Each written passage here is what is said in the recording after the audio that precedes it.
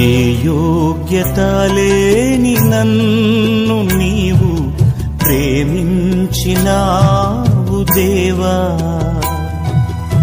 ఏ అర్హత లేని నన్ను నీవు రక్షించినావు ప్రభు. వాస్తవానికి ప్రియులారా, మీరందరూ కూడా నాకు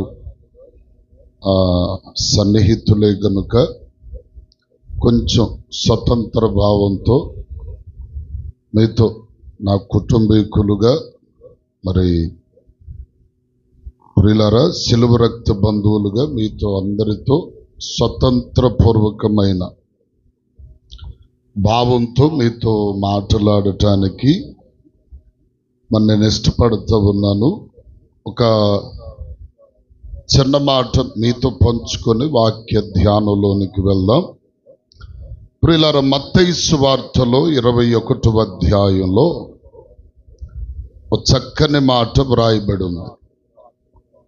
21వ అధ్యాయంలో ప్రియులారా 15వ చరణములో ఒక్క మాట మనం చూస్తే అక్కడ నేను చదువుతాను, మీరు జాగ్రత్తగా వినండి. కాగా ప్రధాన యాజకులను శాస్త్రులను ఆయన చేసిన వింతలను దావీదు కుమారునికి జయమని దేవాలయములో కేకలు వేయుచున్న చిన్నపిల్లలను చూచి కోపముతో మండిపడిరి. స్తోత్రం చెప్తారు గట్టిగా. ఎందుకు ఈ మాట మీకు జ్ఞాపకం చేశానంటే, మరి ప్రియులార దేవుని వాక్యములో ఒక మాట ఏమండి, అపోస్తల కార్యగ్రంథములో కొర్నేలితో దేవుడు మాట్లాడతాడు. ఏమనంటే, కొర్నేలి, నీ ధర్మ కార్యాలు, నీ ప్రార్థనలు, ప్రతి విధమైన విషయాలన్నీ దేవుని సన్నిధికి చేరాయి. దేవుడు మెచ్చేటువంటి ఒక వ్యక్తిగా నీవు ఉన్నావు, అందును బట్టి స్తోత్రం అని చెప్పి దేవుని దూత అతనితో మాట్లాడుతూ అక్కడ ఏమంటదంటే, అయితే నీలో ఒక్కటి కొదువుగా ఉన్నది అంటాడు. హల్లెలూయా. ఏమండి, ఏం కొదువుకున్నది అంటే, ఉపదేశం కొదువుకున్నదయ్యా. ఉపదేశానికి దేవుని దాసులను ఎప్పేకునకు మనుషులను పంపి, పేతురు అనే మారు పేరు కలిగిన సీమోను ఉన్నాడు, ఆయన పిలిపించుకొని వాక్యాన్ని వినమని చెప్పాడు. అంతేనా? అంటే మీలో వాక్యం కొదువుకుందని నేను చెప్పటల్లా, అర్థం కాల. అయితే మీలో కొదువేంటో తెలుసా? మీ ఎక్స్ప్రెషన్స్.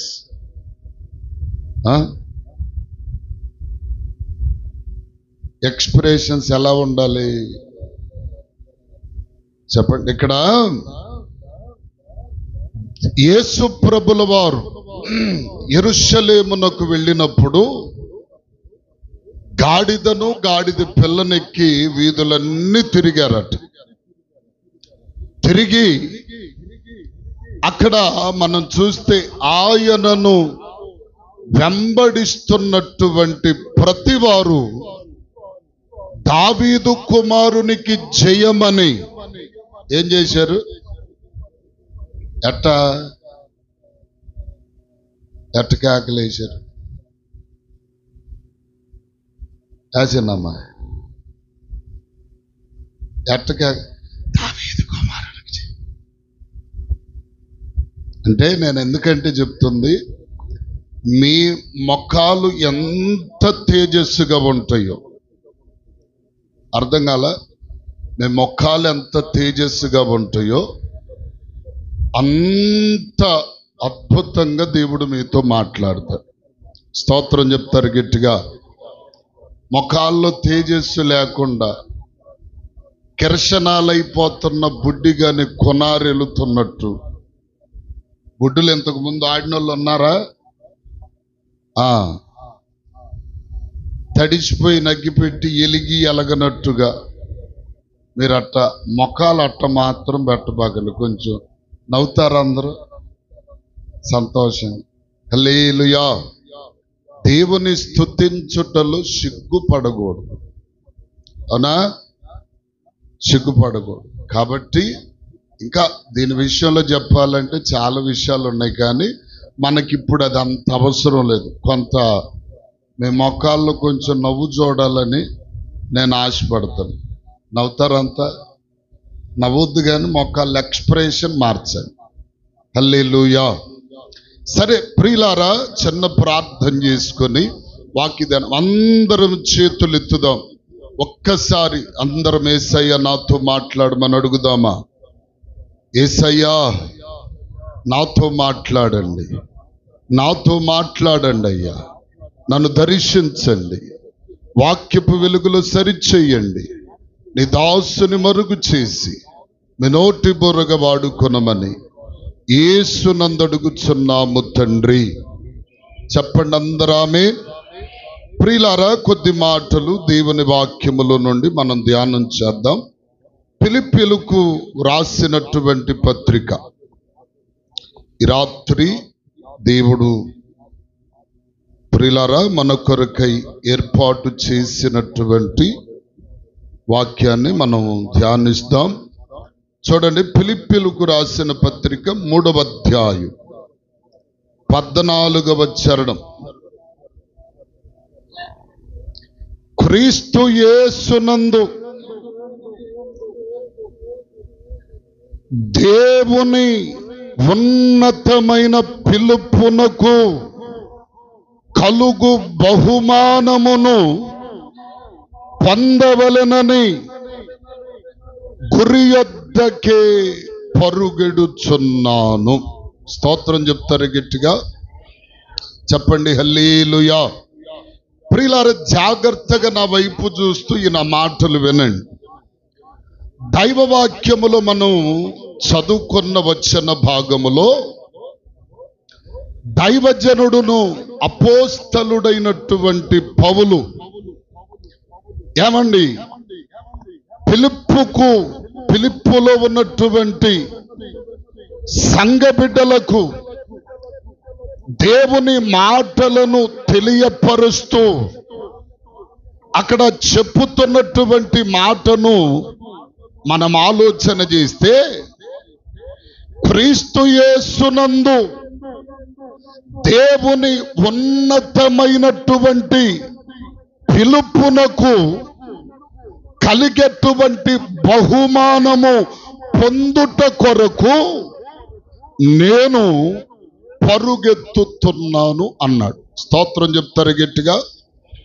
పౌలు ఎందుకు పరుగెత్తుతున్నాడు అంటే, పౌలు యొక్క ఉద్దేశము ఏమిటి అంటే, నేను ఒక బహుమానము పొందాలి, నేను పరుగెత్తి ఆ బహుమానం పొందాలి. ఇదిగో ప్రియులారా, పౌలు ఏ యొక్క ఉద్దేశము లేకుండా పరుగెత్తటల్లా. పౌలు యొక్క పరుగులో ఒక ఉద్దేశం ఉంది. పౌలు యొక్క ఆలోచన ఏమిటంటే, నేను బహుమానం పొందాలి, బహుమానము పొందుట కొరకే నేను పరుగెత్తుతున్నాను.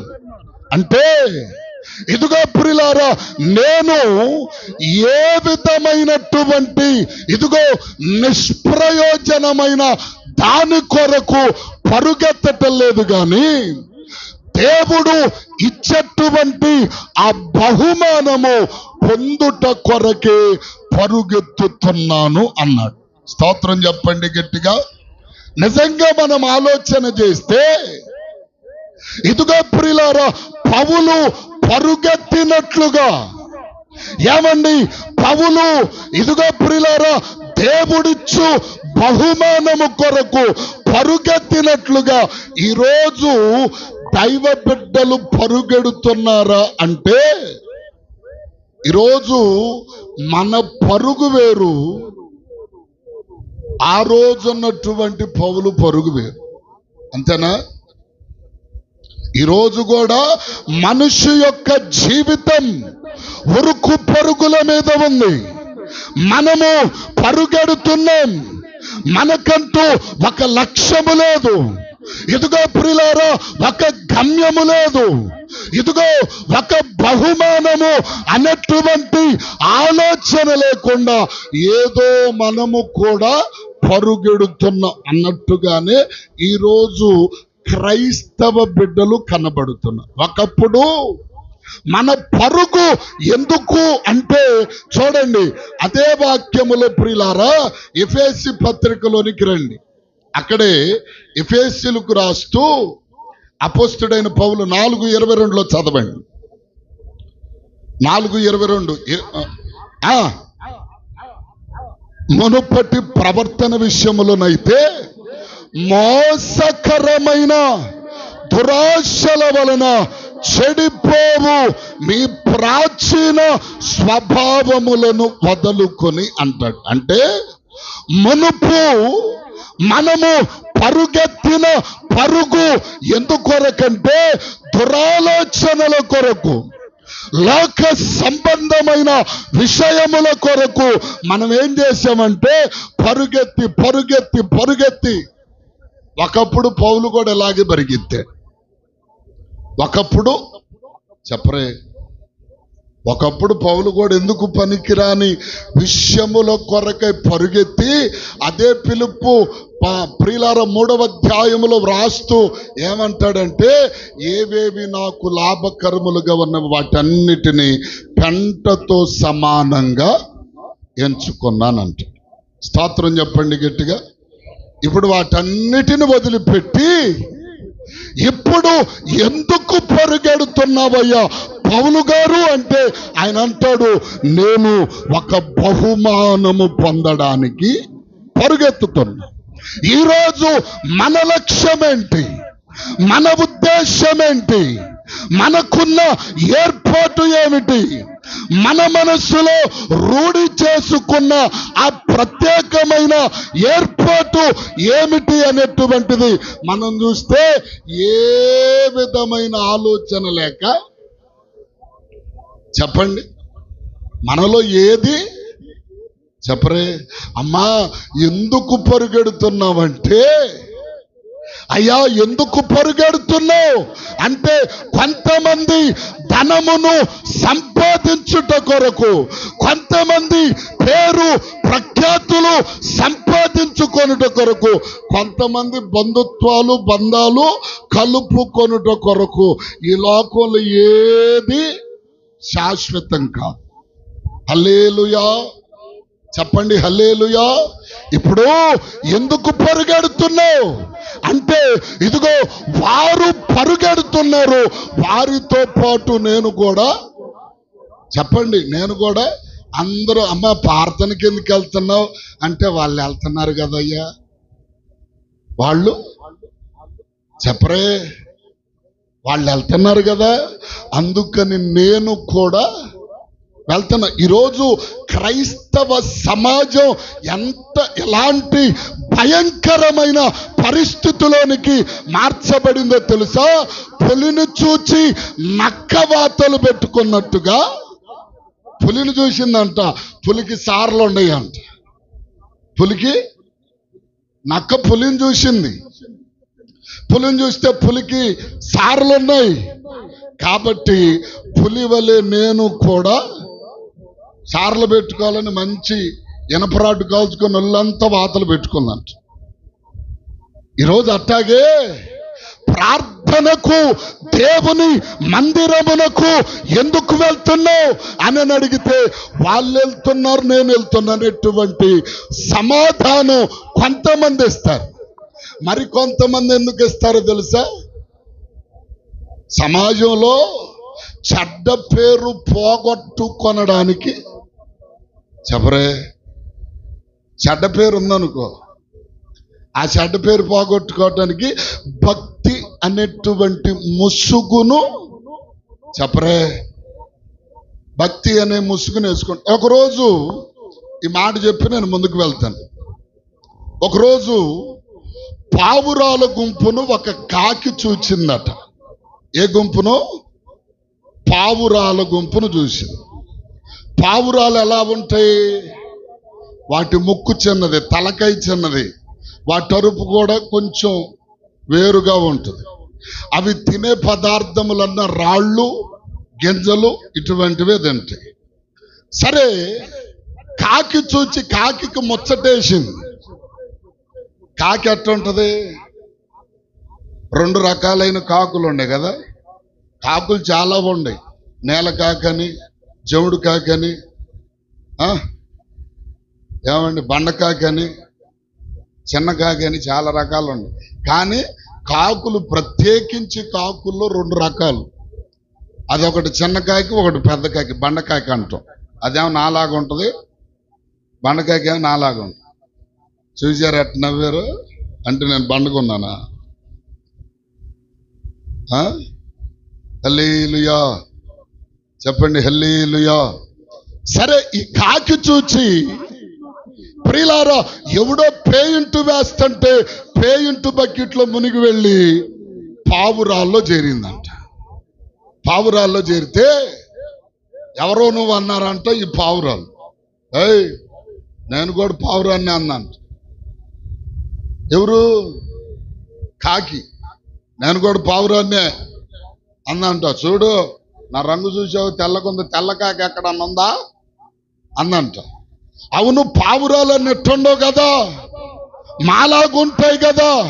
మరి నువ్వేంది అంత పెద్ద ముక్కేసుకున్నావు, అంత పెద్ద తలకాయ ఉంది, నీ ఆకారం అంతా వేరుగా ఉందంటే నాది వేరే దేశంలే అందంట. ఏమంది? నాది వేరే దేశంలే అందంట. అనేసరికి సరే, వెంటనే పొద్దున్న అన్ని పక్షులన్నీ కోస్తాయి కదా, వీటిల్లోనే ఉంది, వీటిల్లోనే ఉంది. ఎట్లో? పావురాల్లోనే చేరికే. సరే, పావురం అంటుందిగా, అదేదో దేశం అంటుందిగా, సావనియండి అట్టాగే అనుకొని ఉన్నారు ఈ పావురాలు. సరే, పొద్దున్నే పక్షులన్నీ లెగిసినమ్మట ఏం చేస్తాయి? కొట్టుకుంటాయి కదా, అరుత్తి. అరిచేటప్పుడు ఏం కురకుర కురకుర అన్నాయి ఏ పావురాలు. కాకేం బ్యా బ్యా అంది. ఏం దరు పెట్టా ఉంది అన్నాడు. అంటే నేను మా దేశంలో ఒక పోరాటం జరుగుతుంటే ఆ పోరాటంలో అరిచి గొంతు పోయింది అన్నంట. హల్లెలూయా.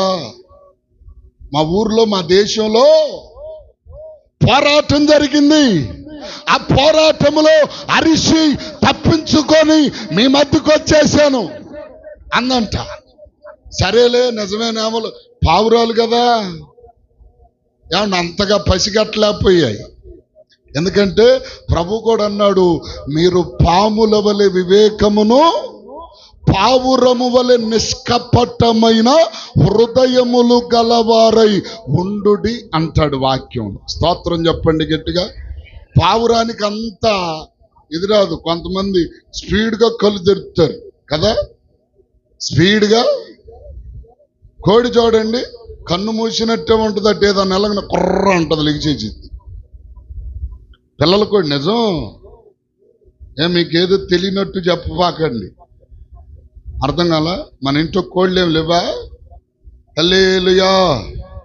ఏమండి, చిన్న అలికిడి వచ్చినా సరే అలుస్తుంది కోడి. కోడికున్న అలికిడి పావురానికి లేదు. సరే, యుద్ధం చేసి చేసి చేసి అలిసిపోయి వచ్చేళ్ళే అని అందంట. అనేసరికి ఆ తర్వాత ప్రియులారా, ఇవన్నీ వెళ్ళి ఏమండి ఆ రాళ్ళు అవేవి తింటూ ఉంటే అక్కడ ఒక ఏమండి చచ్చిపోయింది ఒకటి పడి ఉంటే దాని మీదకి వెళ్ళి తింటుందంట. ఓసోసి మా తిండి అది కాదు కదా, నువ్వేం తింటున్నావు అన్నాను.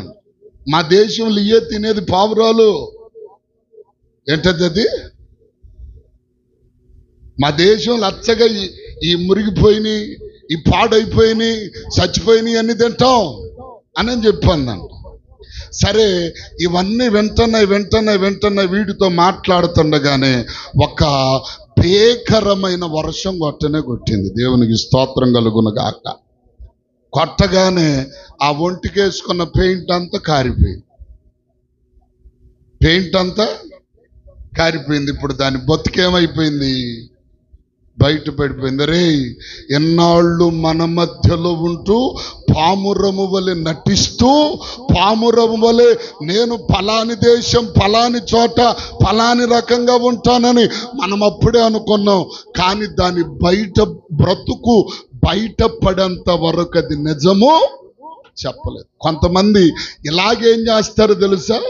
కొంత ముసుగు వేసుకొని క్రైస్తవ జీవితంలో నడిపించబడి పేరు చెడగొట్టుకోవటానికి, పేరు ఇదిగో వారి మీద ఉన్న చెడ్డ అభిప్రాయాలు తొలగిపోవటానికి భక్తి అనే ముసుగు చెప్పరే ఏమంటే భక్తి అనే ముసుగు వేసుకుంటారు.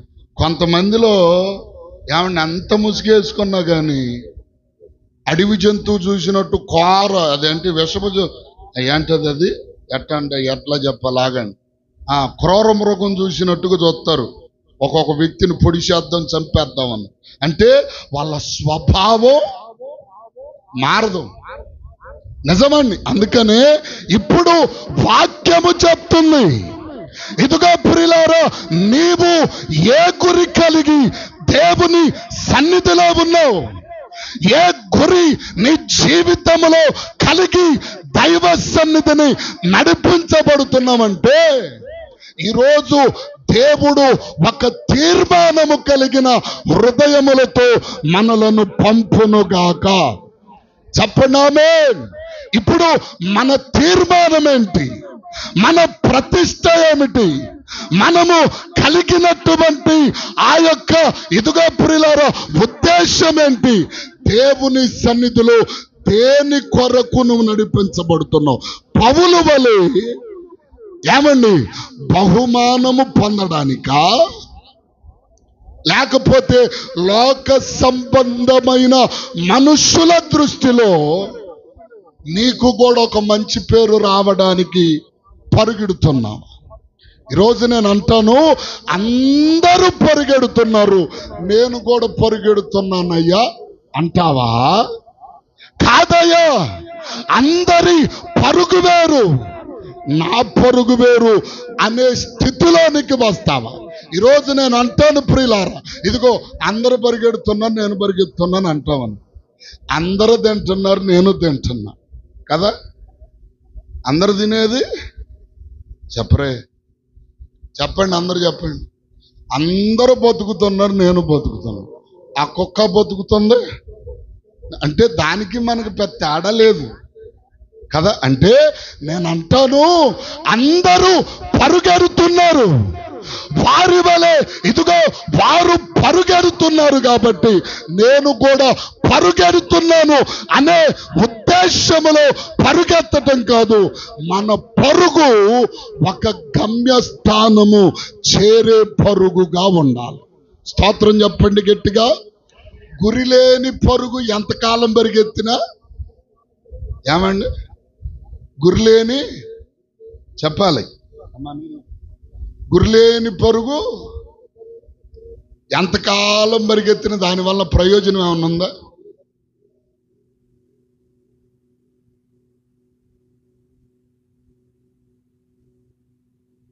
స్తోత్రం చెప్పండి గట్టిగా. హల్లెలూయా. ఇప్పుడు మన పరుగు గురి కలిగిన పరుగా, గురి లేని పరుగా? చెప్పండి. మీరు చెబితే నేను ముందుకెళ్తాను. మా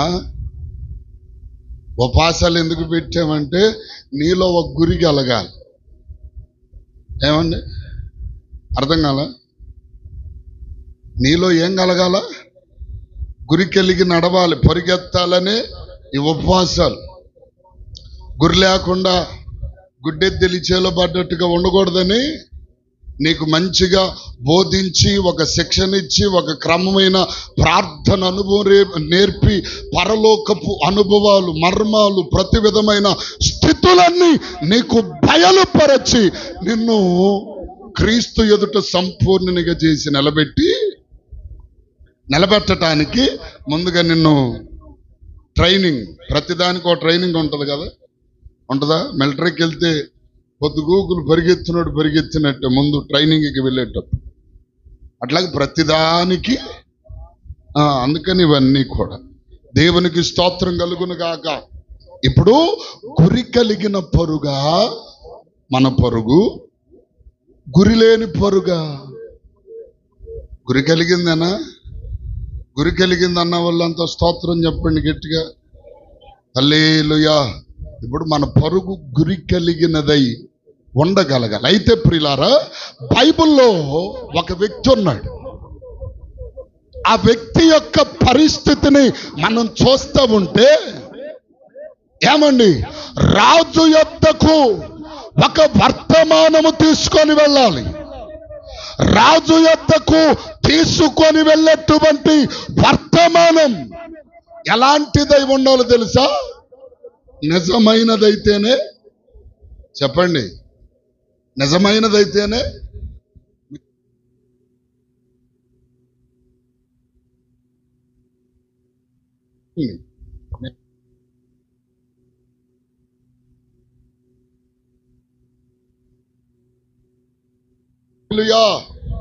ఏమంటే ఇప్పుడు రాజు యొద్దకు తీసుకొని వెళ్ళే వర్తమానం ఎలాంటిదై ఉండాలంటే, ఏదో ప్రియులారా చిన్న పిల్లలు ఆడుకున్నట్టుగా ఆటకాయితనంగా ఏదొక మాట తీసుకెళ్లి చెప్తామంటే కుదిరేది కాదు. రాజు దగ్గర ఏ మాట అయినా ఎలా ఉండాలి? రాజు దగ్గరికి వెళ్ళేటప్పుడు ఎలా ఉండాలి? నిక్కమైన మాట అయి ఉండాలి, మంచి మాట అయి ఉండాలి, మనకు ఇబ్బంది పెట్టనటువంటి మాట అయి ఉండాలి. కానీ ఇదిగో ప్రియులారా, ఒక వ్యక్తి పరిగెడుతున్నాడు. చూడండి ఆ మాట రాజుల గ్రంథములో, మొదటి దినవృత్తాంతాలు, దయచేసి రెండవ దినవృత్తాంతములలో మనం చూడగలిగితే ప్రియులారా ఒక మాట,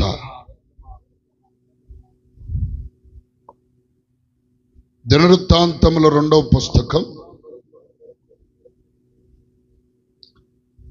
4వ అధ్యాయం 7వ చరణం.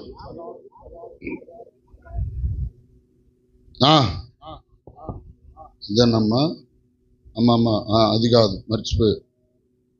సమూయేలు 18:21. నేను తిమోతిది అట్లా చెప్తున్నా, 2వ తిమోతిని 4:7 చెప్తున్నా. 2వ సమూయేలు పుస్తకంలో దయచేసి 2వ సమూయేలు పుస్తకము 18:21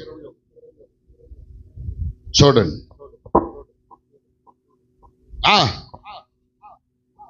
కూషీని పిలచి నీవు చూచిన దానిని రాజునకు తెలియచేయమనగా, కూషి యోవాబునకు నమస్కారము చేసి పరుగెత్తుకొని పోయెను. అయితే సాదోకు కుమారుడైన అహిమయస్సు కూషితో కూడా నేను కూడా పరుగెత్తనా, పోవుటకు సెలవిమ్మని యోవాబుతో మనవి చేయగా, యోవాబు, నాయనా నువ్వెందుకు పోవాలనుకుంటున్నావు? నీ దగ్గర చెప్పటానికి ఏదైనా బహుమానము తెచ్చే మాట ఏదన్నా ఉందా? ఏమీ లేదనెను. అతడు ఏమైనా సరే నేను పరిగెత్తుకొని పోవాలి. స్తోత్రం చెప్తారు గట్టిగా. ఇప్పుడు ప్రియులారా, ఇక్కడిద్దరు వ్యక్తులు చూస్తాం. ఒకడు సాదోకు కుమారుడైనటువంటి అహిమయస్సు, మరి ఒకడు ప్రియులారా కూషి అనేటువంటి వ్యక్తి. ఇక్కడ జరిగిన విషయం ఏంటంటే, దావీదు కుమారునికి, దావీదు ఇదిగో ప్రియులారా కుమారుడైన అబ్షలోమునకును దావీదునకును ఇద్దరికి యుద్ధము జరుగుతూ ఉంది. యుద్ధము జరుగుతూ ఉన్నప్పుడు దావీదు చేతిలో, దావీదు యొక్క సైన్యము చేతిలో ఏమండి దావీదు కుమారుడైన అబ్షలోము సైన్యము ఓడిపోయింది. అంతేకాదు అబ్షలోము చచ్చిపోయాడు. ఎలా చచ్చిపోయాడు అంటే, అబ్షలోము సారల గాడిదను ఎక్కి పారిపోతుండగా ఒక చెట్టు కొమ్మలలో తన తల ఇరుక్కుపోయింది. ఇరుక్కుపోయిన వెంటనే ఈ గాడిద వెళ్ళిపోయింది, ఇతడు చెట్టులోనే వేలాడుతూ ఉన్నాడు. ఏమండి అక్కడ మనం చూడగలిగితే యోబాబు ఏం చేశాడంటే ఒక బాణం తీసుకొని ఈయన వేశాడు, చచ్చిపోయాడు. చచ్చిపోయినటువంటి ఆ వార్త రాజునకు వర్తమానము పంపాలి అని చెప్పి కూషితో చెప్పి, అయ్యా కూషి, నీవు వెళ్ళి రాజునకు ఎక్కడ జరిగిన విషయము చెప్పమన్నాడు. నువ్వు ఎలా వెళ్ళమన్నాడు? పరుగెత్తుకొని వెళ్ళి ఇక్కడ జరిగిన విషయం ఏమైతే ఉందో, ఇక్కడ ఏం జరిగిందో, జరిగినదంతా నువ్వు చూసావు, నీకు తెలుసు కాబట్టి నీవు పరుగెత్తుకొని వెళ్ళి రాజునకు వర్తమానం తెలియజేయమన్నా. స్తోత్రం చెప్పండి గట్టిగా. ఈ కూషి పరుగెత్తుతున్నాడు. ఏ వర్తమానం తీసుకొని? అబ్షలోము చచ్చిపోయాడు రాజా, ఇదిగో నా కుమారుడు ఎలా ఉన్నాడని రాజు అడిగితే, నీ కుమారుడు అనేకులు చచ్చిపోయారు, చచ్చిపోయిన వారిలో అతడు కూడా ఒకడయ్యాడయ్యా అని చెప్తాడు. తర్వాత సరే, ఈ కూషి పరిగెడుతున్నప్పుడు అహీమయస్సు చూశాడు. అహీమయస్సు అనే వ్యక్తి చెప్పండి, చూశాడా? చూశాడు. చూసి యోబాబు దగ్గరకు వచ్చాడు. అయ్యా యోబాబు గారు, నేను కూడా పరుగెత్తుతాను కూషితో అంటే, యోబాబు అడుగుతున్నాడు అక్కడికి, అయ్యా నీవెందుకు పరిగెత్తటం? నీ దగ్గర ఏమైనా బహుమానము తెచ్చు, విశేషం ఏమన్నా ఉందా, సమాచారం ఏమన్నా ఉందంటే, ఏమి లేదు, ఏదేమైనా సరే నేను అతనితో పరిగెత్తా. స్తోత్రం చెప్పండి గట్టిగా. ఈరోజు చాలా మంది విశ్వాసులు చెప్పరే, అట్టాగే ఆమె పరిగెడుతుంది, నేను కూడా చెప్పండి అమ్మా పరిగెత్తా, ఆమె వెళ్తుంది కాబట్టి నేను కూడా వెళ్ళాలి. చాలా మంది ప్రార్థనకు వచ్చేటప్పుడేమో పరిశుద్ధాత్మలాగా వస్తారు. మా సంఘంలో ఒక సైతాన్ ఉంది, దేవునికి స్తోత్రం. అర్థం కాలే? ఆ సైతాన్ ప్రార్థనకు వచ్చిన తర్వాత బల్లరాధన ఉందంటే కన్నీటి ప్రార్థన చేస్తుంది, ఇంటికి వెళ్ళిన తర్వాత సొట్లు ఏరుకొని గాలుపుతుంది, దేవునికి స్తోత్రం. ఆ తర్వాత పరిస్థితి ఎవరన్నా గొడవాన్ని చెంగు తీసి అటు దోపి రెండే చూసుకుందాం. భాషలు ఉంటే అప్పుడు వస్తాయి పరిశుద్ధాత్మ భాషలు, మాయిదారి సంతంతో ఇప్పుడే వస్తుంది. ఇవాళ బల్ల తీసుకొని సాయంత్రానికి వెళ్ళేదన్న గొడవ అయింది అంటే యేసు రక్తమే జయం. ఏమండి ఇప్పుడు అందరూ పొరుగెత్తుతున్నారు కాబట్టి నేను కూడా పొరుగెత్తుతాను అనే బ్యాచ్లు ఏం కూడా ఒకటి, దేవునికి స్తోత్రం కలుగును కాదు. అట్లాంటి వాళ్ళు మన దగ్గర లేరులేండి కదా. బయటికి రాని వ్యవహారం తేలుతున్నాడు చూస్తున్నారు. హల్లెలూయా చెప్పండి, హల్లెలూయా. ఏమండి గమనించండి ప్రియులారా, ఇప్పుడు కూషి పరుగెడుతున్నాడు కాబట్టి అహీమయస్సు అంటున్నాడు, ఏది ఏమైనా సరే నేను కూడా చెప్పరే, నేను కూడా పరిగెత్తా. ఎందుకు పరిగెత్తుతావు? నీ దగ్గర ఏ సమాచారము లేదు కదా. ఎందుకు పరిగెత్తుతావంటే, కాదు కాదు నేను ఏది ఏమైనా సరే పరిగెత్తా. సరే పరిగెత్తన్నాడు. పరిగెత్తితే సమాచారము తీసుకొని వెళుతున్నటువంటి కూషి కంటే ముందుగా పరిగెడుతున్నాడు. పరిగెడతం చూసి రాజుకు వర్తమానం పంపించాడు ఒక వ్యక్తి, రాజకోట బయట కాపలాగా ఉన్న వ్యక్తి.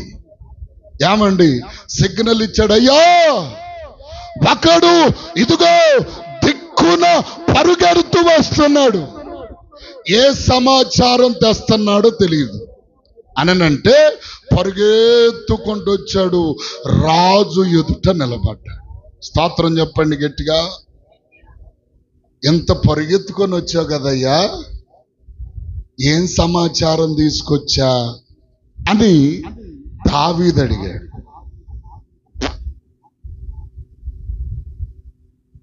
ఏమి ఏం లేదు. ఏం తెచ్చావురా అంటే ఏం లేదయ్యా. మరి ఎందుకు వచ్చావురా, ఎందుకు వచ్చా? ఈరోజు చాలా మంది సంవత్సరాలకు ప్రార్థనకు వస్తారు, వాళ్ళు వెళ్తున్నారు నీళ్ళు, వీళ్ళు వెళ్తున్నారు అని వాళ్ళు వచ్చేవాళ్ళు ఉన్నారు. ప్రార్థన ఉండదు, పాటలు ఉండవు, దేవునికి స్తోత్రం వాక్యం చదవటం ఉండదు. ఏమండి దేవునికి స్తోత్రం చెప్పండి గట్టిగా కదా. ఏమండి చాలా మంది మా సంఘంలో ప్రార్థన చేయ అమ్మ పక్కన వాళ్ళకి అంటుంటారు, నీకు చెప్పింది నువ్వు చేయక ఇంకో పక్కన నువ్వు చెప్తే నేను చేయనా? హల్లెలూయా చెప్పండి. ఇక్కడ మాత్రం నేను నిజంగా చాలా మందిని చూస్తాను, వాక్యం చెబితే ఆ వాక్యాన్ని ఎత్తి పొల్లు పోకుండా ప్రార్థన చేస్తున్నారు. అందరూ ఏమో నాకు తెలియదు, కానీ కొంతమంది చేస్తున్నారు. ఏమండి పాటలు పాడమంటే పళ్ళు చక్కగా బయటికి కనిపిస్తాయి. ఏమండి హల్లెలూయా. ఇప్పుడు రాజు దగ్గరకు వచ్చినప్పుడు ఏం తెచ్చావు, సమాధానం ఏమి వర్తమానము తెచ్చావని అహిమయస్సునంటే, రాజా ఏమి తీసుకురాలేదు, కూషి పరుగెడుతున్నాడని కూషిని చూసి నేను ఉత్సాహంతో పరుగెత్తుకుంటూ వచ్చా అన్నాడు. సరే రే పక్కన నిలబడరా అన్నాడు. అంతలోకే ఇంకొక వర్తమానం వచ్చింది, రాజా ఇంకొకడు పరుగెత్తుకుంటూ వస్తున్నాడు. స్తోత్రం చెప్పండి గట్టిగా. ఇంకొకడు ఎందుకు పరుగెత్తుకొస్తున్నాడని మరలా రాజు నిలబడి ఎదురు చూస్తా ఉన్నాడు. వచ్చాడు ప్రియులారా, వస్తే ఇదిగో అతనిని అడుగుతున్నాడు, నీవు పరుగెత్తుకొని వచ్చిన విశేషం ఏంటి? నా కుమారుడైన అబ్షలోము ఎలా ఉన్నాడు అంటే, రాజా ఇదిగో దేవుడు మన సైన్యము పట్ల కృప చూపాడు. మరి అబ్షలోం పరిస్థితి ఎలా ఉందంటే, అబ్షలోము చనిపోయిన వారిలో ఒకడయ్యను అన్నాడు. స్తోత్రం చెప్పండి గట్టిగా. ఇతనికి సమాచారం వచ్చింది. ఏమండి ఈరోజు మనమందరము కూడా ఒకరోజు ఇదిగో ప్రియులారా, ఏమండి అద్వితీయుడు సర్వశక్తిమంతుడైన దేవుని ఎదుట నిలబడాలి. దేవుని యొద్దకు వెళ్ళవలసిన వారు ఇప్పుడు ఆ దావీదు కూడా మన ప్రభువైన యేసుక్రీస్తుకు సాదృశ్యం. వర్తమానము తెచ్చిన ఇద్దరు వ్యక్తులు విశ్వాసులకు సాదృశ్యం అయితే, ఒకడు వర్తమానం తీసుకొని వెళ్ళాడు, మరొకడు చెప్పరే, మరొకడి దగ్గర ఏమి లేదు, ఏ సమాచారం లేదు. ప్రార్థన చేస్తావా లేదు, పాటలు పాడతావా లేదు, ఆరాధన చేస్తావా లేదు, వాక్యం చదువుతావా లేదు. మరి ఎందుకు వచ్చంటే చర్చిలో కూర్చొని నిద్రపోతానికి అయ్యా. హల్లెలూయా. ఏమండి ఆంగోడు వస్తుందని నేను వచ్చాను అయ్యా అనేవాళ్ళు లేకపోలేదు ప్రియులారా. ఇప్పుడు దేవుని దగ్గరకు వెళ్ళినప్పుడు దేవుడు అడుగుతాడు, ఏ సంఘము నుండి వచ్చావు, ఏ సహవాసము నుండి వచ్చావు, ఏ కాపరి కింద బ్రతికింపబడ్డావు, నీలో ఇదిగో ప్రియులారా నీ దగ్గర వర్తమానం ఏమన్నా ఉందంటే ఏమి లేదు, చెప్పింది వింటే కదా ఉండడానికి. అవునా కదా, చెప్పింది వింటే కదా. హల్లెలూయా. ఏమన్నా ఎంతమందికి ఎన్నన్నా చెప్పు, ఎన్నంతసేపు గుడ్డులు తేలేసి ట్యూబ్ లైట్ కింద బలిగాని చూసినట్టుగా, ఆ మిడతల కోసం చూసినట్టు దేవునికి స్తోత్రం. ఏమండి, బలిగాని చూసినట్టు గుడ్డులు నెట్టారుగా తెరచి శుభ్రంగా చూస్తారు. కానీ ఒక్కటి కూడా వినరు. ఈ చెవితో వింటారు కొంతమంది, ఈ చెవితో లేదు కొంతమంది. ఏమండి, అందుకనే దేవుని వాక్యం అంటది, నా కుమారుడా, సామెతల పుస్తకంలో, నా కుమారుడా, నా ఉపదేశమును మరువకుము, వాటిని నీ హృదయం అనే పలక మీద భద్రంగా రాసు. స్తోత్రం చెప్పండి గట్టిగా. విన్న వాక్యం ఏం చేయాలి? భద్రం చేసుకోవాలి, స్టోర్ చేసుకోవాలి. స్టోర్ చేసుకుంటూ వచ్చే ఆశీర్వాదం ఏంటంటే, అవి నీకు సుఖజీవమును. ఏమండి, ఆ మాటలు ఏంటమ్మా? చదువు 3వ అధ్యాయమా? మరువకుము, నాజ్ఞలను గైకొనుము, దీర్ఘాయువును, సుఖజీవముతో గడుచు సంవత్సరములను, శాంతిని నీకు కలిగిస్తాయి. ఇన్నుండే దాని వలన ఉపయోగాలు. దేవుని స్తోత్రం కలుగునుగా. అర్థం కాల? వాటిని జాగ్రత్తగా దాచిపెట్టుకోవాలి. ఇప్పుడు గమనించండి ప్రియులారా, ఏమండి, వెంటనే రాజు దగ్గరకు వెళ్ళిన 2 వ్యక్తులలో కూషినన్నాడు, కూషి నువ్వు వెళ్ళయ్యా అన్న. ఇంకొకడు ఉన్నాడు కదా, రేయ్ ఈయన్ని తీసుకొని వెళ్ళి చీకటి కొట్లో బంధించండి అన్నాడు. ఎవరిని? వర్తమానము లేని వాణ్ణి, వర్తమానము తీసుకొని రాని వ్యక్తిని. అందుకనే సువార్తలలో కూడా రాయబడినటువంటి మాట, పెండ్లి విందు జరుగుతుండగా పెండ్లి వస్త్రము లేకుండా ఒకడు లోపలికి జొరబడ్డాడు. వాడిని తీసుకొని వెళ్ళి ఎక్కడేమన్నాడు? చీకటి కొట్లలో బంధించండి. అట్టాగే మన వర్తమానం లేకుండా, గమ్యం తెలియకుండా, ఇదిగో ప్రియులారా అందరూ వెళుతున్నారులే అన్నట్టుగా మనం వెళితే, వారు పరుగెడుతున్నారులే మనం కూడా పరుగెడదాం అనుకుంటే రేపటి పరిస్థితి ఎలా ఉంటుందో తెలుసా? ఏమండి, చీకటి కొట్టే చెమ్మ చెక్క చెరలేసే మొగ్గ అట్లు పోయే రంగ ఆలకించే రంగ అన్నట్టుగా ఆ చీకటి చెక్క చెరలేసే మొగ్గ చాలా చెమ్మ చెక్క ముగ్గులే రంగ అన్నట్టుగా దేవునికి స్తోత్రం కలుగునుగా. హల్లెలూయా. చీకటి కొట్ట పడేసిన కాడి నుంచి అప్పుడు ఉంటుంది యేసు రక్తమే జయం. హల్లెలూయా. బయటకు వచ్చిన తర్వాత ఏం ప్లాన్ చేయరుగా మా? హల్లెలూయా చెప్పండి, స్తోత్రం. హల్లెలూయా. అంతే, చీకటి కొట్టేసిన కాడి నుంచి పొద్దున్న ఎగిరేం చూసావు, చుట్టూ తిరిగి తట్టాగే 4-5 ఒకసారి ఒక కొట్లు పడేసారు అనుకో, అందరూ అవి బాగానే ఆడతారు, ఇక్కడ బాగుండవు. కోలాటం ఆడతారు ఇట్లా ఇట్లా ఇట్లా అన్నట్టు. అప్పుడు మాత్రం అమ్మాయి సరిగ్గా ఆడవే అమ్మే,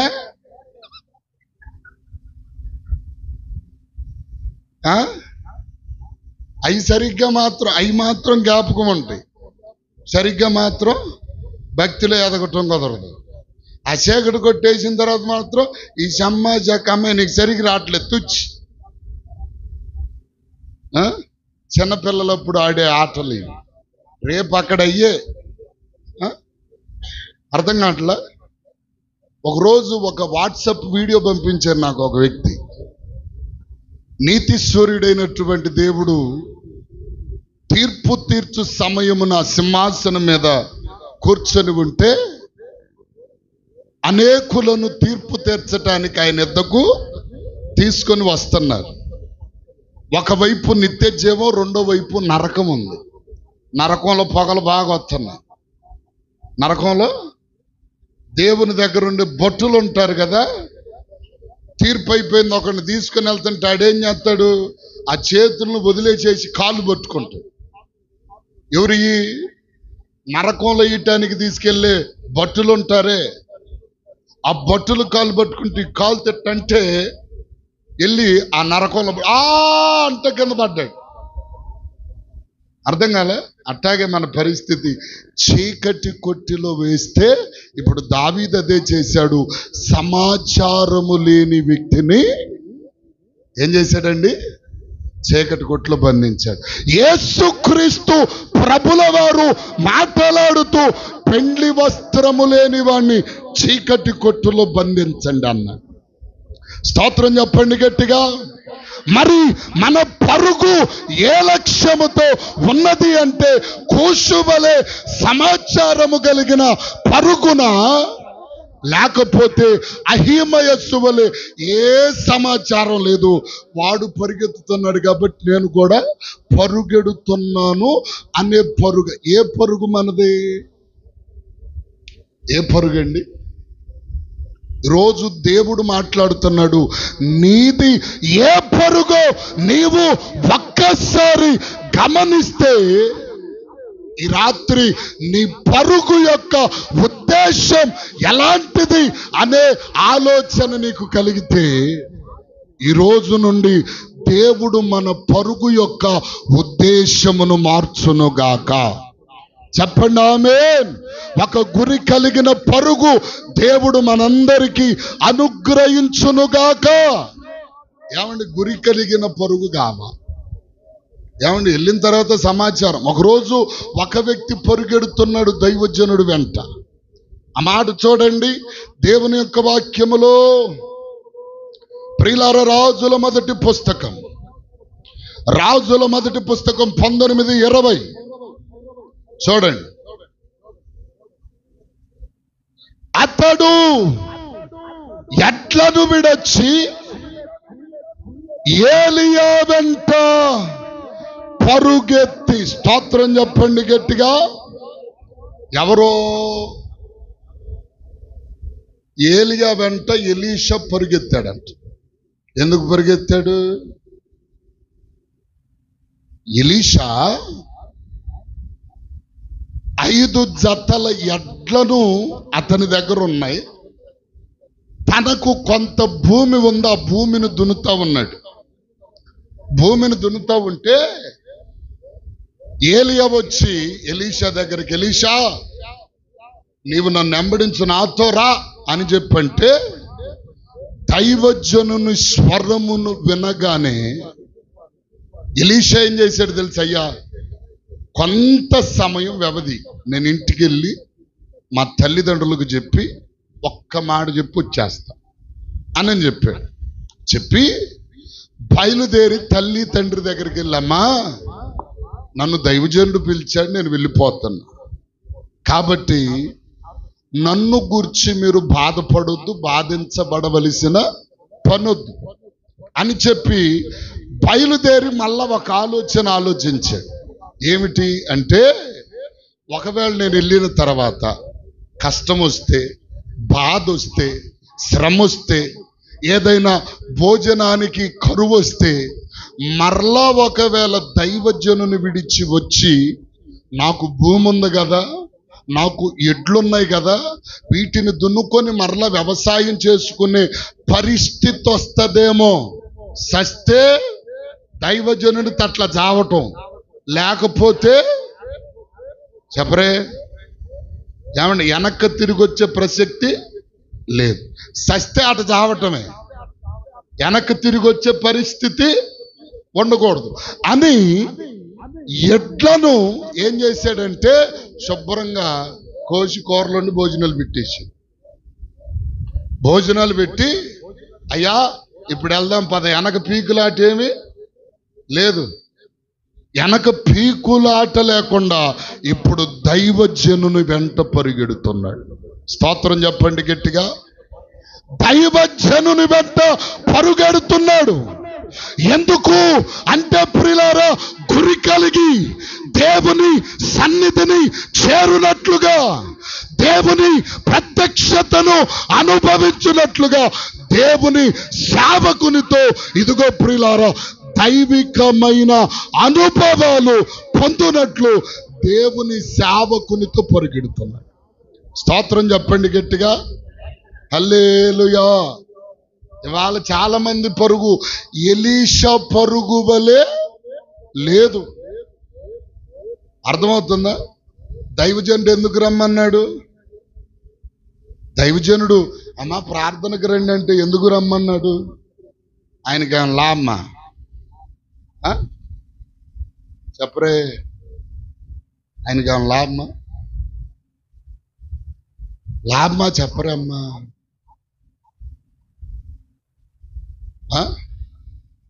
దైవజనుడు తన ఇంటినైనా తన పిల్లలనైనా తన భార్యనైనా వదులుకోవచ్చు, తన బంధువర్గము యొక్క పరిస్థితులైన పట్టించుకొనకపోవచ్చు, కానీ సంఘంలో ఉన్న పరిస్థితులన్నిటికీ బాధ్యత వహిస్తాడు. అవునా? అర్థం కాల? మా ఇంటే ఏదన్నా పెళ్లి జరిగిందనుకో, అదే రోజు సంఘంలో పెళ్లి ఉంటే చెప్పరే, సంఘం పెళ్లి ముఖ్యమా బంధువుల పెళ్లి ముఖ్యమా? ఏంటండి పాస్టర్ గారు బంధువులు ఏందంటావు, మరి ప్రార్థనకు రాలేదని నువ్వంటావు, మా చుట్టాలను వదులుకోమంటావేంటి? నువ్వేం వదులుకో, మేమేం మీకోసం చెప్పరే అమ్మా.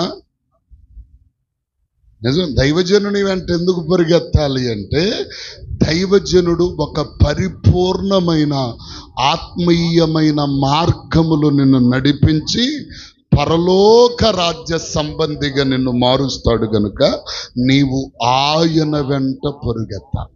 స్తోత్రం చెప్పండి గట్టిగా. హల్లెలూయా. ఎందుకు పరిగెత్తాలా? ఏలియా వెంట ఎలీషా పరిగెత్తితే ఏలియా ఒక పాళ్ళు ఆత్మ కలిగిన వాడైతే ఎలీషా ఎన్ని పాళ్ళ ఆత్మ అంట? 2 పాళ్ళ ఆత్మ, 2 పాళ్ళ అభిషేకం ఏలియా పొందుకున్నాడు. అంటే దైవజనుని వెంబడించుట వలన అతడు పొందిన ఆత్మశక్తి, ఆత్మీయ అనుభవం, ఆత్మీయమైన ప్రత్యక్షత ఎంతగా ఉందో తెలుసా? ఎలీషా ప్రార్థన చేస్తే చెప్పండి ఏం జరిగాయి?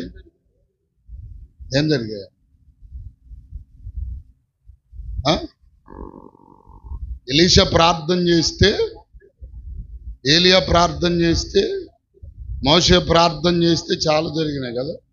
మోషే ప్రార్థన చేస్తే మన్నా కురిసింది.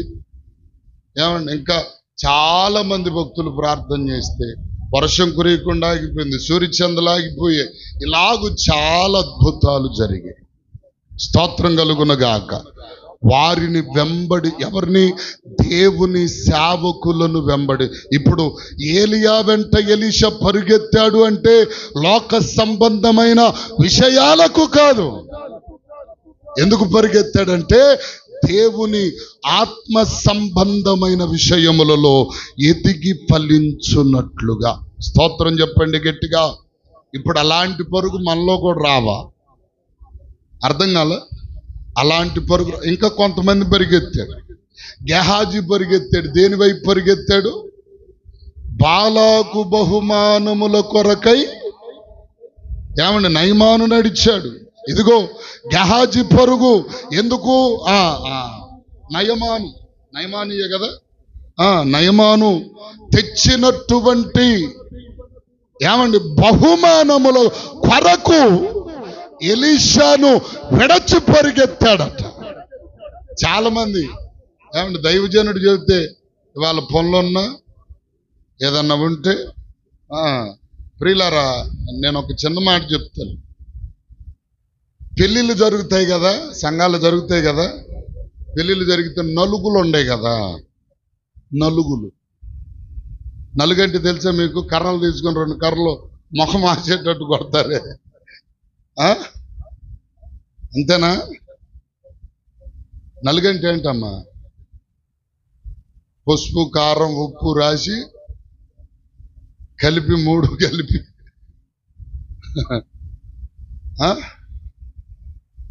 ఆ గ్యాలన్ సొవలు, ఎదురు బొంగు సొవలు తీసుకొని ఒళ్ళంతా కమిలిపోయేటట్టు ఆడపిల్లని మగపిల్లని కొట్టి కాల్చే బాయిలూరి కొడుకు కానీ పసుపు రాసినట్టు వాళ్ళకి పసుపు రాస్తాం కదా. అవునా? అట్లాగే మా సంఘంలో కూడా పెళ్ళిళ్ళు జరుగుతాయి, మీ సంఘంలో కూడా జరుగుతాయి, అందరి సంఘాల్లో జరుగుతాయి. ఇప్పుడు అదే రోజు నైట్ ప్రార్థనలు ఉంటాయి కదా, నైట్ ప్రార్థనలు వాళ్ళెవరు 5 ఉంటారే, పేరంటాలు. నాకు వాళ్ళ మా పేరంటాలు సంఘం కొత్తారు, వీళ్ళు పేరంటాలు మళ్ళీ మొఖాలు మండిపోను. సంఘంలో పాట పాడమంటే ఏ చయ్యా రాగాలు మండిపోను. ఎంత చక్కగా అబ్బో ఏమకంటే గాన కోకిలకి లేనట్టుగా పాడుతుంది. మళ్ళీ అక్కడికి వెళ్ళి నలిగే ఓ ఏచా మా ఏచా అమ్మాయి వాళ్ళ కాదండి, మేము పేరంటాలం. నీ పేరంటం మొఖంలో పేడ కొట్ట. ఎక్కడెవరికన్నా అమ్మ కోపం వస్తే దయతో మన్నించండి, మీలో ఎవరైనా పేరంటాలు ఉంటే. మా పేరంటాలు సంగతాను వాళ్ళని కాదు నేను అంటుంది తల్లి, మా ఊరు వాళ్ళని. పాతనకు వస్తారు, ఎక్కడేమో నిజం. అక్కడికి వెళ్ళి నుంచొని ఎట్టెట్టెట్ట ఒక ఆమె ఎట్టెట్టెట్ట ఆమెకేదో కొంచెం బలహీనత.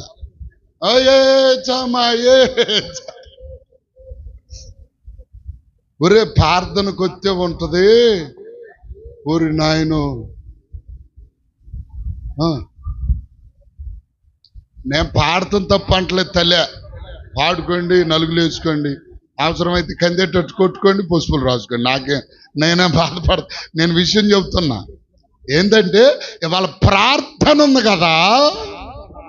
అమ్మ ప్రార్థనకు రాలేదంటే ఏంటండి పేరంటాలు పిలిచారు, మరి నలుగులు వేయాలిగా. వాళ్ళకు నలుగులు వేసే నలుగులేమో కానీ వీళ్ళు నలుగులు వేసుకుంటారు ముందు. పెళ్లి కూతురు పెళ్లి కొడుకు మొఖాన పసుపు కనపడదు కానీ వీళ్ళ మొఖాన నిజంగా బలిచ్చే గొర్రెకి రాసినట్టు రాసుకుంటారు. దేవునికి స్తోత్రం. నిజమండి. నేనేదో వేరే గంటలో కొంచెం నవ్వుకోవటానికి మాట్లాడుతున్నా. ఏమండి ఆ పాటలో ఏమండి వాళ్ళకి మైకులు ఇస్తే దేవునికి స్తోత్రం ఎంత చక్కగా పాడతారు. చర్చిలో పాట పాడమంటే అయ్యో కొందరు రాదయ్యా, రాదు. తాత మొత్తాత వాళ్ళు వచ్చి నాయను ఎంత చక్కగా పాడతారు కదా. హల్లెలూయా చెప్పండి, హల్లెలూయా. ఏమండి ప్రార్థన ఉన్నప్పుడు దేవుని బిడ్డకి ప్రార్థన వైపే పరుగుండాలి తప్ప లోక సంబంధమైన విషయాల వైపు నీ పరుగు, నీ దృష్టి ఉండకూడదండి. దేవునికి స్తోత్రం కలుగును గాక. చెప్పండి హల్లెలూయా. ఇప్పుడు గెహాజీ పరుగెడుతున్నాడు. దేని వైపు పరుగెడుతున్నాడంటే లోక సంబంధమైన నయమాను తెచ్చిన ఇదిగో ప్రియులారా ధనము వైపు పరుగెడుతున్నాడు. తెచ్చుకున్నప్పుడు ఏమండి దేవుని సేవకుడు, అయ్యా ఎక్కడికి వెళ్ళావంటే నేను ఎక్కడికి వెళ్ళాను, ఎక్కడే ఉన్నానయ్యా అని అన్నాడు. నీవు నయమాను తెచ్చిన బహుమానముల వైపు పరుగెడుతున్నప్పుడు నా మనస్సు నీతో రాలేదా అన్నాడు. స్తోత్రం చెప్పండి గట్టిగా. వెంటనే నయమానుకు వదిలిపోయింది, ఈయనకి పెట్టింది. ఏంటది? తేనెతుట్టి పడితే దేవునికి స్తోత్రం ముఖమంతా ఏమండి ఏగలు గుడితే కందిపోయినట్టుగా అక్కడక్కడ తెల్ల కుష్టి వచ్చేసింది. దేవునికి స్తోత్రం కలుగునగా. అంటే నీవు పరుగెడవలసింది దేవుని వైపు, దేవుని కార్యాల వైపు, దేవుని కార్యక్రమాల వైపు. ఇదిగో దేవుని సన్నిధిలో నీ తండ్రి నామఘనత కొరకు ఏర్పరచబడిన కార్యక్రమాలుంటే లోకం వైపు నీకేం పని పరిగెడతానికి? లోకాశల వైపు నీకేం పని పరిగెడతానికి? కొంతమందికి ఆదివారమే పనులు వస్తాయి. ఏమండి నిన్న ఒక ఆయన అంటున్నాడు, యాయ్యా ప్రార్థనకు రాలేదంటే దోమ పడిందండి. దోమ పడింది. నిన్న పడలేదా దోమ? శనివారం నన్ను కొట్టుకోపోయా, ఆదివారమే కొట్టాలా? నిజమండి, వస్తుంది కదా నేను చెప్పేది. నేనేది మొత్తం కల్పిత కథలు చెబుతల్లా, జరిగేయే చెబుతున్నా. అయ్యా చేనంతా దాంబడి ఆ చేను మరి శనివారం పడలేదు దామ ఇవ్వాలి అన్ఎక్స్పెక్టెడ్గా వచ్చేసి నీతో చెప్పింది మేము వచ్చేసామని. అంటే కాదులేండి, దాంబడింది. ప్రార్థన ఎగ్గొడతానికి ఇది ఒక సాగు. అర్థం కాల?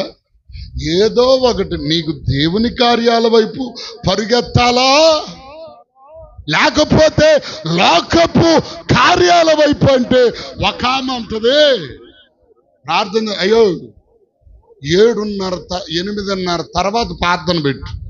ఎందుకమ్మా అన్న అంటే మొగలు మోగులు సీరియల్ వస్తుందంట. ఏంటిది అది? మొగలు మోగులేనా? నేను అనుకున్నాను మొగలు మోగులు అంటే ఆ మోకు తీసుకొని ఒకటి ఏమన్నా ప్లాన్ చేసిద్దాము. ఏమండి ప్రార్థన అంటే 8:30 పెట్టాలంట. ఎందుకు? సీరియల్ అయిపోయింది అయ్యా. అప్పుడు కొత్తాను ఆ సీరియల్ చెప్తుండమ్మా, నేను ప్రార్థన టయానికి పెడతాలే. ఎప్పుడు చాలా బీసీ కాలంలో ఇప్పుడు వస్తున్నాయా అంటే చూస్తున్నారు బాగానే. హల్లెలూయా. ఇట్లా లోక సంబంధమైన విషయాల వైపు ఇంకా మనం చూడగలిగితే ప్రియులారా, ఏమండి ఇదిగో గెహాజీ పరిగెత్తాడు. గెహాజీ 2వ రాజుల గ్రంథం 5:20లో మనం చూస్తాం. ఏమండి అంతేకాదు ఇంకా చాలా మంది పరిగెత్తారు. ఒక్క మాట చూసి ముగించుకుందాం చూడండి. ఇంక 2 మాటలు. యూదా పత్రికలో 1వ అధ్యాయం, ఒకే అధ్యాయం ఉంటుంది, 11వ చరణం చదవండి. కొంతమంది ఎలా పరిగెత్తుతున్నారో అక్కడ మనకు చూడండి. 11వ వచనం. అయ్యో చదవండి అమ్మా. యూదా రాసిన పత్రిక 11వ వచనం. అయ్యో వారికి శ్రమ, వారు కయ్యోను నడిచిన మార్గమును నడిచిరి, బహుమానం పొందవలెనని బిలాము నడచిన తప్పు త్రోవలో అతురముగా పరుగెత్తిరి, కోరావు చేసినట్టు తిరస్కారము చేసి నశించి. వీళ్ళంతా ఏమండి బిలాము నడిచినట్లు తప్పు త్రోవలు నడిచారు. ఏమండి ఇంక వాళ్ళకి ఏమీ పని లేదు. కొంతమందికి వారి కడుపే వారికి దేవుడు, కొంతమందికి వారి నిద్రే వారికి ముఖ్యం, కొంతమందికి ఎప్పుడు ప్రియులారా సంపాదనే ముఖ్యం. ఒకరోజు జరిగిన విషయం, మా చర్చిలో 2వ ఆదివారం బల్ల జరుగుతుంది. నేను గ్లోరియస్ మినిస్ట్రీస్ అని రామగుండంలో ఒక మినిస్ట్రీస్లో ఉండేవాడిని ఒకప్పుడు. ఏమండి ఆ మినిస్ట్రీ నాయకులు వచ్చి చెప్పారయ్యా 3 రోజులు అక్కడ కోటాలు ఉండే సేవకులకు ప్రత్యేకంగా రండి అన్నాడు. సరేనా? ఏ రోజు వచ్చిందంటే శని ఆదివారం, 2వ శుక్రవారం, 2వ శనివారం, 2వ ఆదివారం, ఈ 3 రోజులు ఆడుండాలి. మరి ఆదివారం నేను ఎక్కడి నుంచి వస్తే మరి సంఘం ఏమైద్దయ్యా అని నేను చెప్పాను. అర్థమవుతుందా? మరి ఇక్కడ పాస్టర్ గారు ఆదివారం లేకపోతే ఏం చేయాలి? పాస్టర్ గారు లేరు అనుకో ఎవరు నడిపియాలి కదా, అంతే కదా. సరే ఆయన అన్న మాట ఏంటో తెలుసా? తెల్లాటిలేకి చచ్చిపోతే ఏం చేస్తావురా అన్న. తెల్లారిలేకి నా మాట మీకు అర్థమైంది అనుకుంటాను. ఏమన్నాడు? పనులు, బాధ్యతలు ఇవన్నీ మన ఆలోచనలో కదిలాడుతా మెదిలాడుతా రేపేం చేయాలి, ఎల్లుండి ఏం చేయాలి, ఈ రోజు ఏం చేయాలి అనే ఆరాటం మనిషిలో ఇదిగో ప్రియులారా అల్లల్లాడిస్తూ ఉంటది. కానీ తెల్లాటలేక చచ్చిపోతే ఏం చేస్తా? పని ఏం చేస్తాం చెప్పండి. నేను వెళ్ళి రేపు చాలా దూరం వెళ్ళాలనుకున్నా అంటే మాట చెబుతున్నా, ఒకవేళ దేవుడు తెల్లారిలేకి పిలుచుకుంటే ఏం చేస్తాం? అందుకనే దీపం ఉండగానే ఇల్లు, ఆయుష్ ఉండగానే ప్రభు సన్నిధిని అనుభవించాలి. పోయిన తర్వాత అర్థం కాదు. ఇప్పుడేం పొద్దుగూకులు పనులని, ఆ పనులు ఈ పనులు, ఆ పెరంటాలు ఈ చుట్టాలు ఆ పక్కాలు, ఇవన్నీ బతికున్నాళ్ళు ఇదే ఆరాటం. ఒకవేళ అనుకోకుండా ఎప్పుడు పిలుపు వస్తుందో మనకు తెలీదు. దీనికంటే ముఖ్యంగా ఆ సిద్ధపాటు చాలా ప్రాముఖ్యం. ఎక్కడ బతికితే మా అయితే ఆయుష్ ఉంటే ఒక 80 ఏళ్ళు, లేకపోతే ఈడ్చుకులాడుతాను, కర్రపోటు వేసుకుంటాను, మా ముసలోడు గారు నడిచి బయటకు వస్తున్నట్టుగా అప్పుడప్పుడు కొంచెం ఆయుష్ దేవుడు పొడిగిస్తే అది ఎవరన్నా చూసేవాళ్ళు ఉంటే చూడనోళ్ళు ఉంటే చెప్పరే చూడనోళ్ళు ఉంటే కనగాల్లో ఒక ఆయన బస్ స్టాండ్లో పడేసారు. ఆ దోమలు పీకి 4 రోజుల్లో చంపే దేవునికి స్తోత్రం. అర్థమవుతుందా? సాయిబులు ఆయన బస్ స్టాండ్లో పడేసి కొడుకులు ఎవరు పట్టించుకోవట్లా. ఏమండి తీసుకొచ్చి బస్ స్టాండ్లో పడేశారు. దోమలు ఎట్టండి ఇప్పుడు మీకు తక్కువగా ఉన్నాయి, మాకు మామూలుగా లేవు. అది కూడా ఒక్కొక్కటి నాకు లాగుంది దోమ, పడితే 1 లీటర్ లాగుతుంది దోమ. నిజం. ఏమండి పట్టించుకునే వాళ్ళు ఉంటే పర్వాలా, పట్టించుకోని వాళ్ళు ఉంటే. అందుకనే దేవుని సన్నిధిలో నీవు దేవుని దగ్గర ఉండేది ఎంతకాలమో తెలుసా? దావీదు అంటాడు చిరకాలము యెహోవా మందిరంలో. అక్కడ చిరకాలం ఉండాలి కాబట్టి అక్కడకు నువ్వు సిద్ధపడాలి, ఎక్కడ కాదు. ఏమండి ఎక్కడ ఉండేది మా అయితే 50 లేకపోతే 60, ఇంకా బాగా మంచి బలం ఉంటే 70, ఇంకా దేవుడు ఆయుష్ పొడిగిస్తే 80. ఇంకా అంతకంటే దేవునికి స్తోత్రం ఛాన్స్ తక్కువ ఇప్పుడున్న వాళ్ళకి. కాబట్టి అక్కడ చిరకాలం ఉండాలి కాబట్టి కొంచెం ముందుగానే సిద్ధపడాలి. అందుకని దైవజనులు అనగానే నా మనసు ఎక్కడికి వెళ్ళిపోయిందో నిజంగా. రేపు చచ్చిపోతే ఏం చెయ్యాలా, పరిచర్య ఏం చెయ్యాలా, పిల్లలు ఏం చెయ్యాలా, నా భార్యనేం చేయాలి, ఇదే ఆలోచన వస్తుందా రాదా? అవునా కాదా? మరి ఎన్ని ఆలోచనలు ఉంటే మనకి తెల్లారి తప్ప ఆదివారం వస్తుందంటే చికెన్ తెచ్చుకుందామా, మాంసం తెచ్చుకుందాం, చేపలు తెచ్చుకుందాం అనుకుంటా ఉంటాం. ఆలోచనలోనే మన చేపల కూర తిని తెల్లారిలికి చచ్చిపోయింది ఒక ఆమె కోడల్లో. నిజం. గ్యాస్ ఎగదనింది, హార్ట్ అటాక్ వచ్చింది, చచ్చిపోయింది. ప్రియులారా, తెల్లారేసరికి మనం అనుకుంటాం చాలా ఆలోచనలు ఉన్నాయి. దేవుని సన్నిధి కంటే మెన్న అయినది ఏదియూ లేదు. అందుకని దేవుని సన్నిధి, అందుకని ఇక్కడ అంటాడు చాలా మందట బహుమానము పొందవలనని బిలాము నడిచిన తప్పుత్రోవలో నడిచిరి. అతురముగా అంటే ఆశతో ఎక్కువగా పరిగెత్తారంట. ఆఖరికి ఏమైపోయారు వాళ్ళు? నశించిపోయారు. అందుకే ఇంకొక మాట నేను ముగిస్తాను. కొరింథీ మొదటి పుస్తకంలో ఈ ఒక్క మాట చదవండి. కొరింథీ పత్రిక 1వ అధ్యాయం 9వ మొదటి కొరింథీ 9:24 నుండి 26 వరకు. పందెపు రంగమందు పరుగెత్తు వారందరూ పరిగెత్తుదురు గాని ఒక్కడే బహుమానము పొందునని మీకు తెలీదా? అటువలే మీరు బహుమానము పొందునట్లు. ఇప్పుడు మనం ఎలా పరిగెత్తాలి చెప్పండి మీరు? బెలాము పరిగెత్తినట్ట? ఏమంది? అహీమయస్సు పరిగెత్తినట్ల? ఎట్లా పరిగెత్తాలి చెప్పండి? అహీమయస్సు పరిగెత్తాడు, కీషు పరిగెత్తాడు, బిలాము పరిగెత్తాడు, ఎలీషా పరిగెత్తాడు. ఏమండి? బిలాము పరిగెత్తాడు. అనేకులు అతురముగా పరిగెత్తుతున్నారు, ఆరాటంతో పరిగెత్తున్నాడు. ఎవరి పరుగు వలె మన పరుగు ఉండాలి అంటే పౌలు అంటాడు బహుమానము పొందుటకు పరిగెత్తండి. మనం పరిగెత్తాలి. ఎందుకొరకు పరిగెత్తాలా? బహుమానం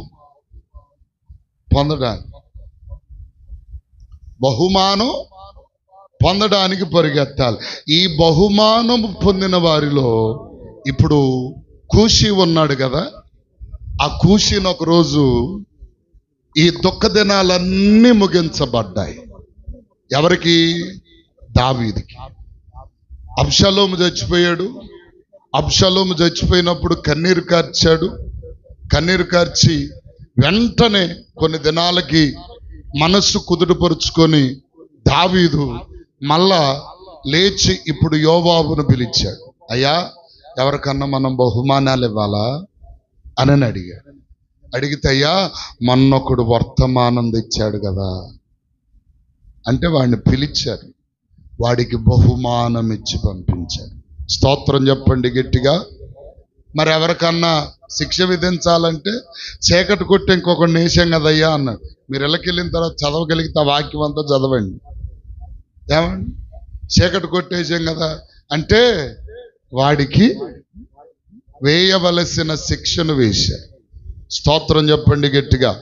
ఇప్పుడు బహుమానం పొందటకి గురి కలిగి మనం పరుగెత్తితే మనం పరుగెత్తిన దానికి ఒక అర్థం ఉంటుంది, ఒక ప్రయోజనం ఉంటుంది. మనం పొందే బహుమానం చాలా విలువైంది.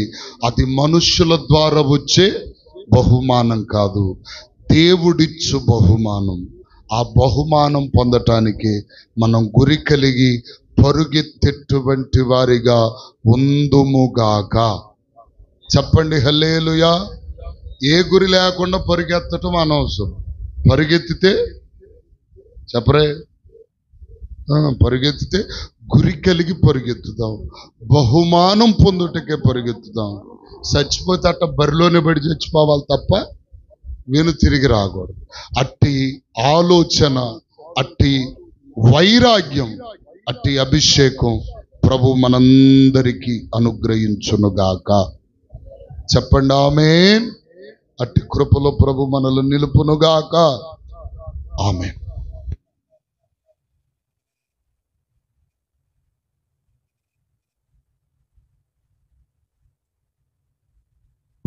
దేవునికి స్తోత్రం. హల్లెలూయా.